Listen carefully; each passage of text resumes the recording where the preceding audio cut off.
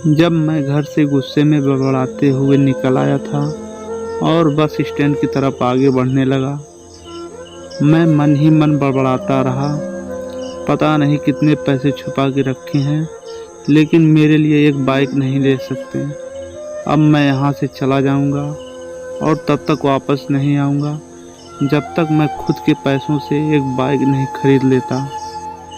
इतना सोच ही रहा था, तभी मेरे पैर में मुझे कुछ चुभने का एहसास हुआ।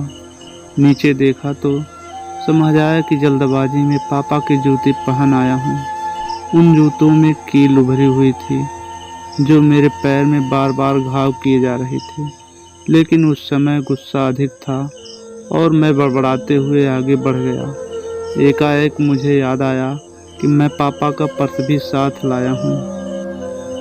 मेरे खुरापाती दिमाग में एक ख्याल आया, क्यों ना आज पापा का पर्स चेक किया जाए, जिसे आज तक उन्होंने किसी को हाथ तक नहीं लगाने दिया। पता नहीं कौन सा खजाना छुपा है इस पर्स में जो किसी को हाथ नहीं लगाने देते थे। जब मैंने पापा का वह पुराना पर्स खोलकर देखा तो उसमें पैसे तो नहीं मिले, लेकिन पैसों की जगह एक डायरी रखी हुई थी। तब मैंने सोचा, ओह, तो यहाँ खजाना छुपा रखा है।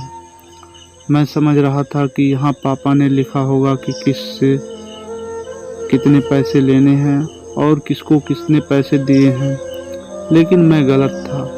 जब मैंने उस छोटी सी डायरी का पहला पेज खोलकर देखा तो वहाँ पर जो लिखा था वह थोड़ा सीरियस कर देने वाला था।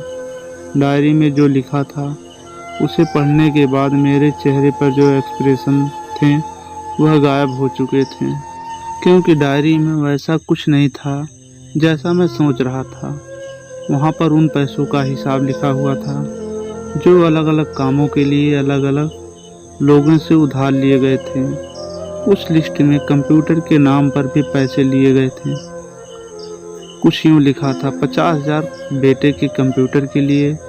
यह वही कंप्यूटर था जिसे मैं आज तक यूज कर रहा हूँ, लेकिन मुझे यह पता नहीं था उस कंप्यूटर को खरीदने के लिए पैसे कहाँ से आए थे। लेकिन आज पता चल रहा है।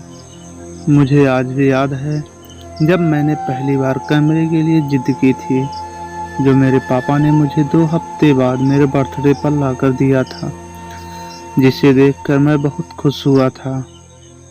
और मुझे खुश देखकर मुझसे ज़्यादा अगर कोई खुश था तो वह थे मेरे पापा। अब मेरे चेहरे से गुस्सा एकदम गायब हो चुका था। जब मैंने आगे का पन्ना पलटा तो वहाँ पर कुछ इच्छाएं लिखी हुई थी। पहली जो विश थी उसमें लिखा हुआ था, अच्छे जूते पहनना। यह बात मेरी कुछ समझ में नहीं आई। तभी मेरा पाँव अचानक सड़क पर भरे हुए पानी पर जा पड़ा और तभी मेरे पाँव में कुछ गीलापन होने का एहसास हुआ।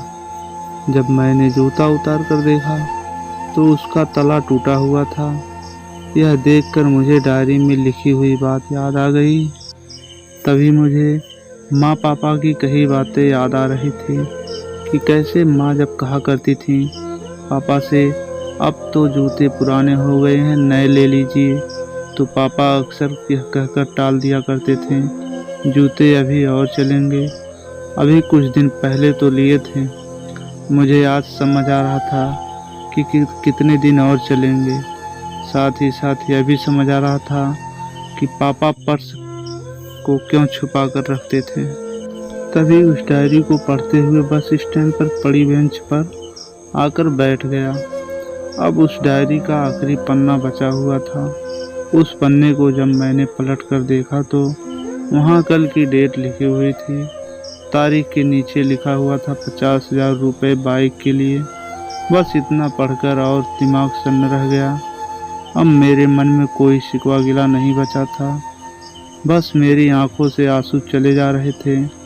मुझे आज तक नहीं पता मैं क्यों रोए जा रहा था।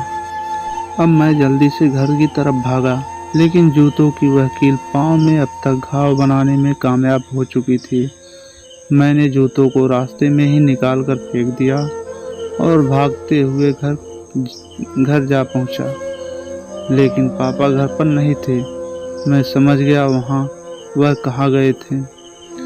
मैं सीधा पास वाली बाइक एजेंसी की तरफ भागा।